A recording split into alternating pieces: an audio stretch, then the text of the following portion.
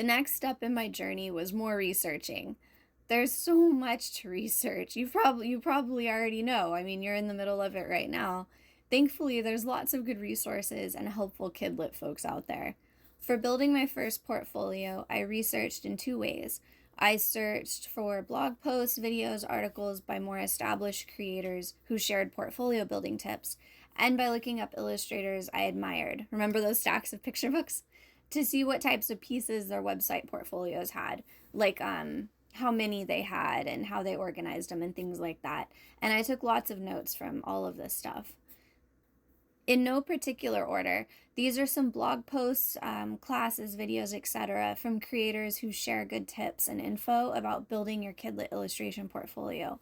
I found most of them later on in my journey and wish I'd found them earlier. Hopefully, they help you get a better start. I'll put all of them in the description for you too.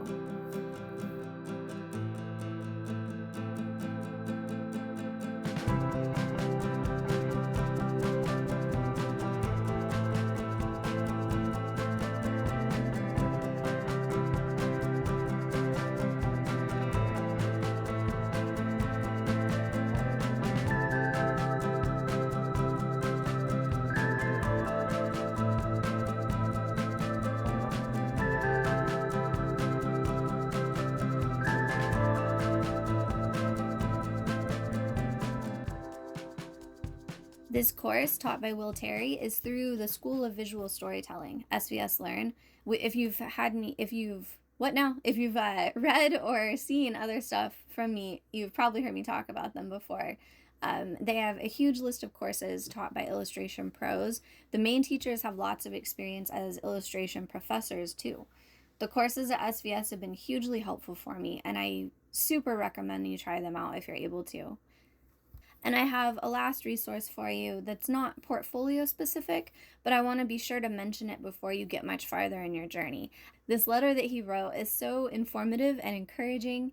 I wish I had found it earlier on. Definitely go give it a read and then take a look around the rest of his site while you're there too.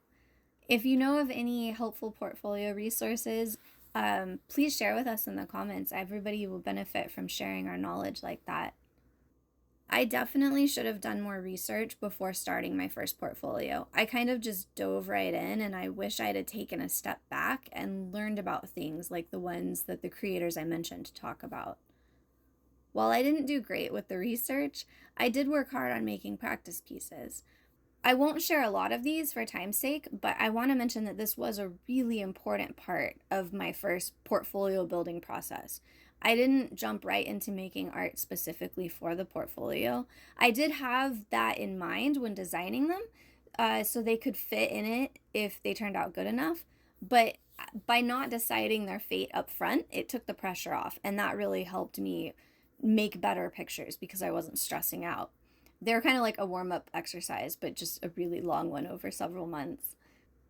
After I felt like I'd made enough practice pieces, it was time to really plan some out specifically for the portfolio.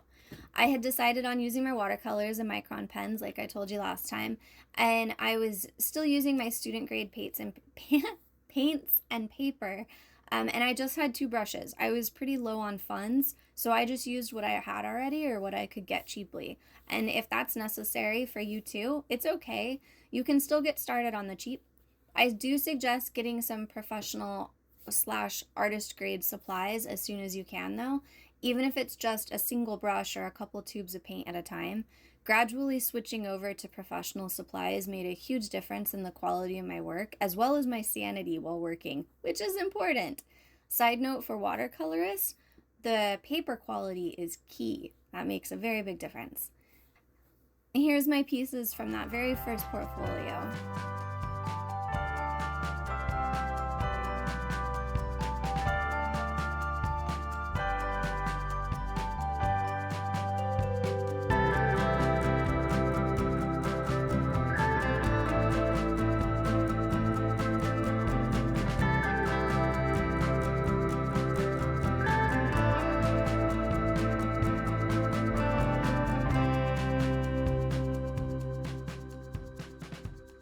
In these illustrations, I tried to focus on what I liked drawing and wanted to be hired to draw more of, like the kids and the animals. And I also tried to show different times of day and indoor versus outdoor settings, and I tried for a little bit of different point of view, but I stayed mostly in the middle midline of sight.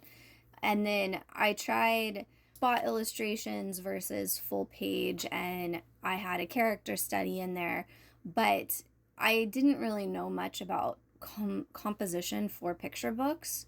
And I didn't know about making double spreads or sequential pieces like narratives where there's several pieces that are telling a little story or part of a bigger story. I didn't I didn't really think about leaving room for text, showing that I could design around where the text would need to go and incorporating that into the composition. I wasn't careful about what would be in the gutter of the book where the pages meet the spine, because part of your picture gets kind of sucked down into that, and so you're not supposed to put important stuff in where that will fall. And I wasn't really looking at things like that at this point. I wasn't good at showing lighting yet, and I really wasn't very good at using colors yet either. But that's where I was at, and I felt really happy that I got my first portfolio made. I was very, very proud of it because I'd worked hard and I'd accomplished a big goal. Getting that first portfolio made is huge. But this is why I shared those resources earlier. I want you to know how to make your first portfolio the best it can be as early on in your journey as possible, so it has a better chance of getting you work than my first one did. So take some time and study the resources, find some more on your own, learn what art directors and editors are looking for when they hire illustrators, and then take some time to make pieces that fit with that. When you're all done, take a breather and congratulate yourself. I try to make a couple new portfolio pieces every month so that every few months I can rotate the new ones in and take out some old ones. I've not been good at keeping this schedule lately. My last couple portfolio updates were like 6 and 8 months apart, but I'm really trying to do better with that now. The next step for me was to learn how to digitize all those paintings. If you're strictly a digital artist, I'm sorry, but you might want to catch up with us in a couple weeks because this next week is going to be more relevant for my fellow traditional artists. We're going to talk about turning traditional art into digital files so we can actually show it off. Until next time.